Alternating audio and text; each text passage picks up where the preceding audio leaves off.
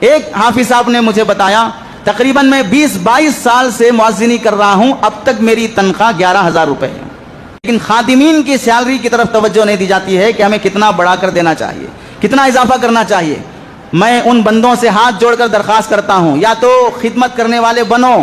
یا خاموش رہنے والے بنو، ٹانگ کھینچنے والے نہ بنو۔ بعض ایسے لوگ بھی کمیٹیوں میں آ جاتے ہیں جو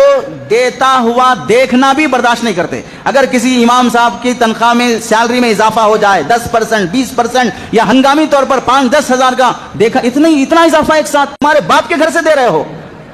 ماں کی پراپرٹی بیچ کر دے رہے ہو، پبلک کا پیسہ پبلک کی خدمت کرنے کے لیے۔ کبھی کسی ایم ایل اے کی سیلری پر اعتراض ہوا، کبھی سی ایم کی سیلری پر اعتراض ہوا، کبھی پی ایم کی سیلری پر اعتراض ہوا، کبھی ڈاکٹر کی انکم پر اعتراض ہوا، کبھی وکیل کی انکم پر اعتراض ہوا۔ جتنے لوگ کروڑوں کی مالیت کما رہے ہیں ان کی کمائی پر کسی کو کبھی ڈاؤٹ نہیں ہوتا، بلکہ وہ عزت دار شمار ہوتے ہیں، اور جو معمولی تنخواہوں پر 24 گھنٹے قوم کی خاطر فارغ ہونا چاہتے ہیں ان کی سیلری بڑھاتے ہوئے دم نکل جاتا ہے۔ تو معافی مانگو اللہ سے، اتنا بدنصیب کیوں بنایا کہ میں کوئی اچھائی دیکھ نہیں سکتا ہوں؟